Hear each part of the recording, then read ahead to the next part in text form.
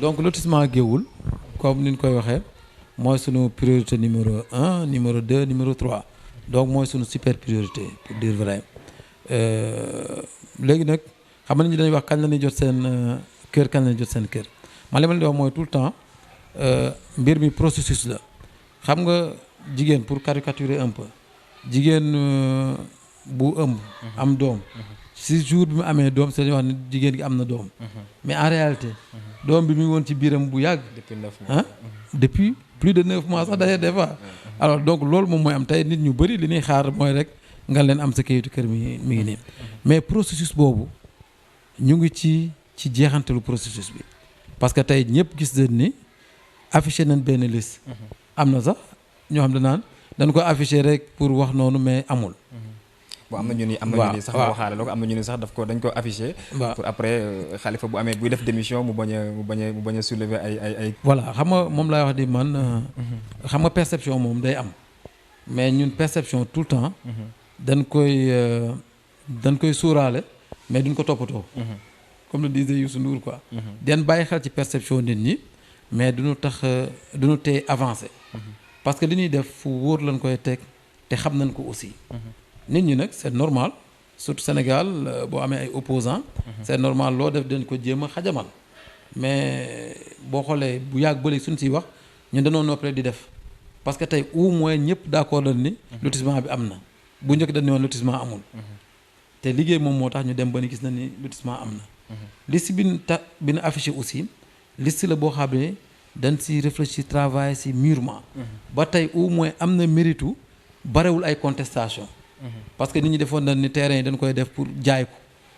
tey ñëpp gis na ni liste ba ak 98% ñëpp ay doomu Géoul lan te kër goo dem aussi am na ku ci bokk déjà loolu liggéey la sur 4000 demandes yu ñu affiché nga gis ni lépp 98% soo ko jëloon ay ñëpp mën a dem def calcul bi ñëpp ay doomu Géoul lan 98% xam nga tey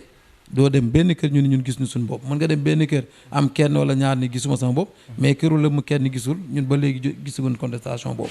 liste bi tax ñu affiché ko dañ koy affiché pour mën a def aussi appurement bi mooy soo ko affiché di nga gis ku la ni man defoon naa demande te feeñu ma loolu c'est déjà bénéfique pour nous et pour celui qui a exprimé la demande dana tax nga mën a corriger di nga ci gis koo xam ni defoon na demande parce que yow yaa ko depuis 82 la lotissement bi démarré woon depuis plusieurs années di nga si gis koo xam ne bindu woon na ba tey bi liste bi génnee mu génn fekk na yàlla suñu borom moom na ko kooku tey mënatoo ko jox kër boobu xam nga parce que nekkatu fi di nga gis koo xam ne dafa jaaroon Géoul def demande rek mais mënoo xam sax fan nga koy situer ci biir Géoul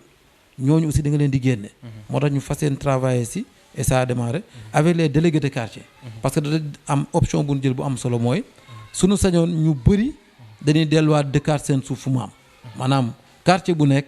sa tool fu mu féete nga mën a dem dëkk foofu c'est vrai que ñëpp mën na fa dëkkandoo mais autant que faire se peut waa ci la dëkk côté ci la waa Guy Gaal dëkk côté Guy Gaal waa déjà noonu waa Géoul dëkk noonu waa DVF ainsi de suite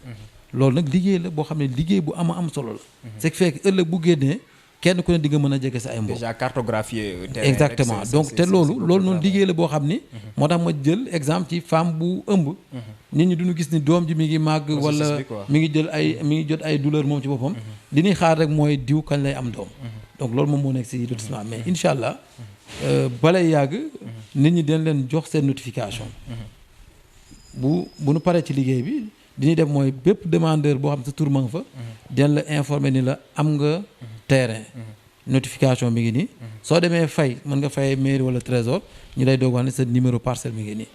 jox la délai de mise en valeur donc loolu moom moo ci nekk nit ñi nag yàkkamti nan mais ñun mairie bi ñoo leen gën a yàkkamti parce que xam nañ ni Géoul xat na 82 ñi si judd woon mat nañ am kër yi xat nañ am na ay tension yu bëri am ci biir kër yi loolu moom moo tax avec le rôle social de la mairie ñun ñu nekk ci guddi ak bëccëg pour fexe matérialiser lotissement boobu mais li gënoon yomb si mooy ñu toog rek bàyyi ne woon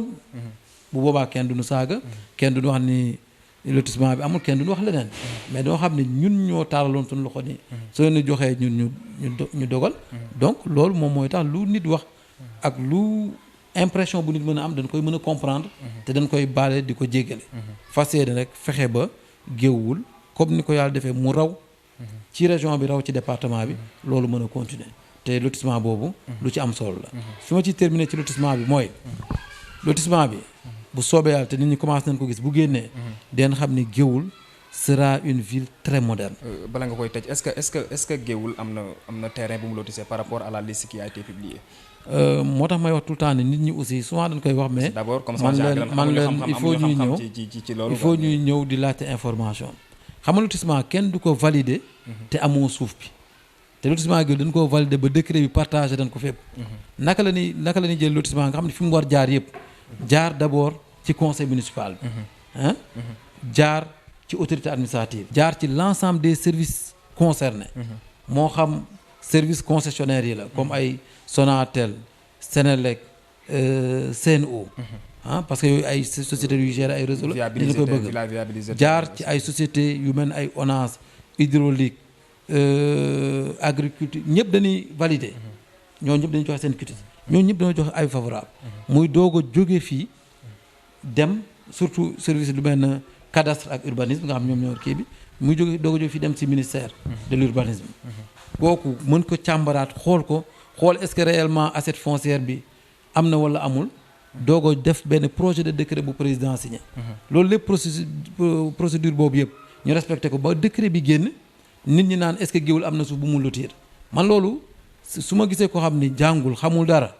su ko waxee mën naa ko leeral mais su ma gisee koo xam ne jàng na il est censé connaître la chose mu koy wax dam naan kii soit des politiques wala il est animé de mauvaise foi ñaar yooyu rek moo mën a am moo tax ñooñu noonu duñu sonal parce que dañuy xam ne ñii dañuy def politique wala souvent ñuy bëgg xajamal cere ji comme on dit quoi mais lotissement Géoul ci assiette foncière u Géoul la nekk et pour preuve biñ fi amee ay problème ak Bandeñ ñu dem gouvernance bi ñu waxtaanee gouverneur ni comme demee na nii damay yebal waa cadastre ak waa urbanisme ñu ñëw délimiter ma Géoul bi ñu ko délimiter lotissement bi 13000 et quelques parcelles la woon 75 parcelles rek moo ci impacté yeneen communes yi te dañ ko dindi ba mu set li si des yëpp mi ci biir commune Géoul donc loolu nit ñi di wax ni Géoul amul suuf loolu ay wax la lotissement bi ci suufas Géoul la nekk jëluñu suufu benn commune loolu ñiy politique bëgg a yàq ñoom ñoo koy wax mais amul benn suufu benn commune te ñaari commune rek ñoonu wër muy Bandeñ laaluñu seen suuf muy Ngourane laaluñu seen suuf léegi nag am na benn équivoque bu ñuy lever mooy Géoul commune la lotissement bi ci ay tool lay nekk mën nga ñëw def lotissement boo xam ni tool yi laal na tool waa Ngay Jawaar par exemple Ngay Jawaar bokku commune Ngourane mais fekk na tool yooyu waa Ngay moom dafa nekk administrativement moomeelu Géoul comme ni ay doomi Géoul am ay suuf yoo xam ni ñu ngi biir commune Ngourane loolu moom moo am tey soo ñëwee côté Baxee di nga fa gis suuf boo xam ni waa Baxee ja ñoom ñoo ko moom terewul commune Ngourane lan bokk ñoom mais seen tool yi dafa dugg ci limitu commune Géoul comme nga dem fekk waa Géoul fi ñu dëkk nii am ay tool yoo xam ni tey soo génnee armée ca gannaaw mu bokk ci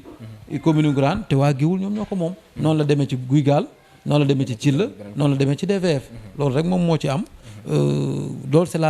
c'est la bonne information comme je le dis dama wax c'est la bonne information boo xam ni nit ñi mën nañ ko vérifier c'est fiable dañ koy wax ni devant les écrans en tant que nouveau maire est-ce que mën nañu am venant de vous un ultimatum en fait boo xoolee ñun suñu démarche sachant que ni processus la comme ni ngay wax suñu démarche tout le temps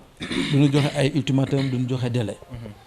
li ñuy wax daal mooy ñun lépp loo xam ne nit moo ko war def te mu nekk à notre portée dañ koy def pour mbir mi am li si des nag yàlla la yàlla moom mooy sottal mais tey bu dépendre ci équipe municipale bi fi nekk nii heure bi fàtte nañ lotissement Géoul te loolu su fekkee ne da ngeen di ñëw réunion conseil municipal sous-préfet souvent da koy wax danaan effort bi ñu ci def mosu ko gis feneen xam nga léegi nag yàlla moom mooy dogal mais ñu daal li nga xam ni moom la ñu war a def en tant que conseiller en tant que maire bés bu ñu xëyee si la ñuy xëy